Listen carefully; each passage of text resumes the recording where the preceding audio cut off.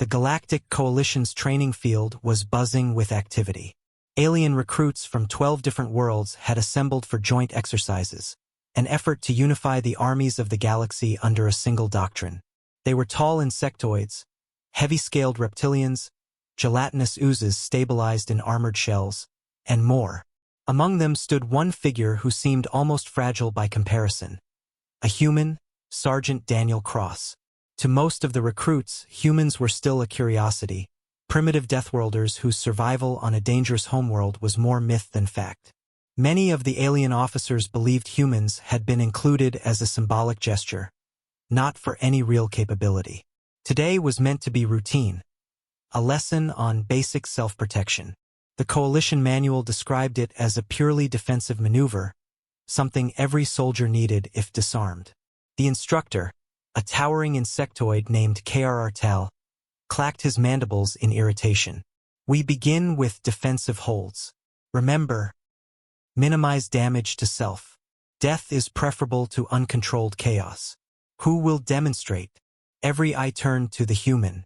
Daniel simply shrugged. I'll go. Snickers and hisses echoed through the group. The reptilian recruits whispered in their guttural tongue. The soft one volunteers? He will snap like dried bone.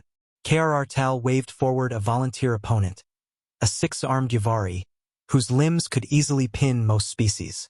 The Yavari flexed, clicking his claws in amusement. Do not worry, fragile one. I will not tear too many of your limbs. Daniel stepped into the ring with the casual gait of someone strolling to a cafe. He wore no armor, no weapon, just a loose uniform and calm eyes. Begin, Krrtal barked. The Yavari lunged, 6 limbs reaching to smother Daniel's torso.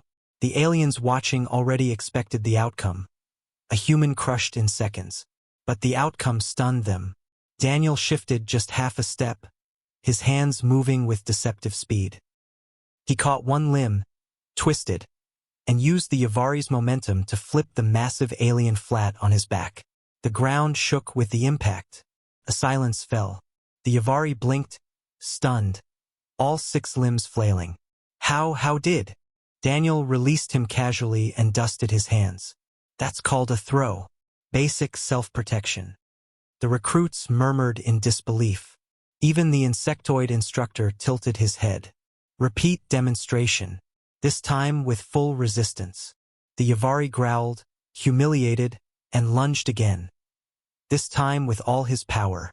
He aimed claws at Daniel's throat, lower limbs to sweep his legs. Daniel moved like water, slipping between strikes, catching arms, redirecting claws.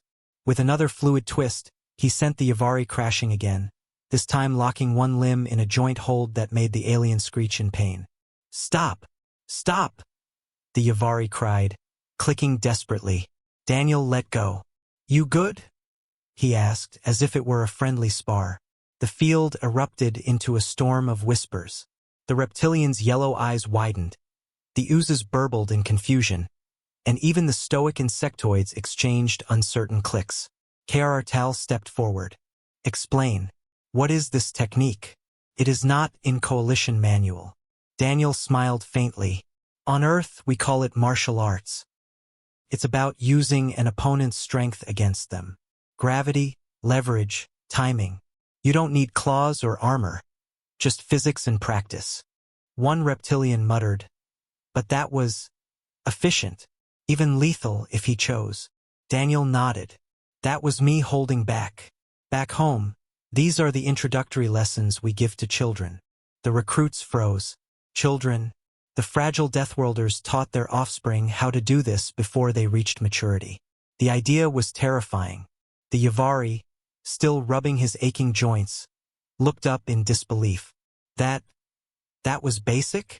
Daniel shrugged. Sure. If you want to see advanced, I'd need a real opponent.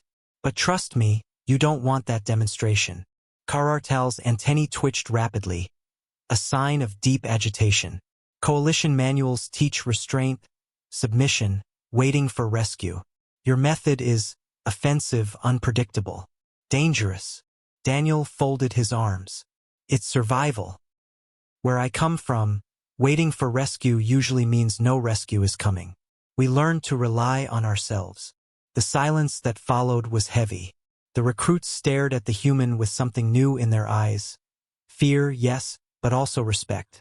For the first time, the alien soldiers realized the truth behind the whispers about Deathworlders. Fragile-looking bodies concealed terrifyingly efficient instincts.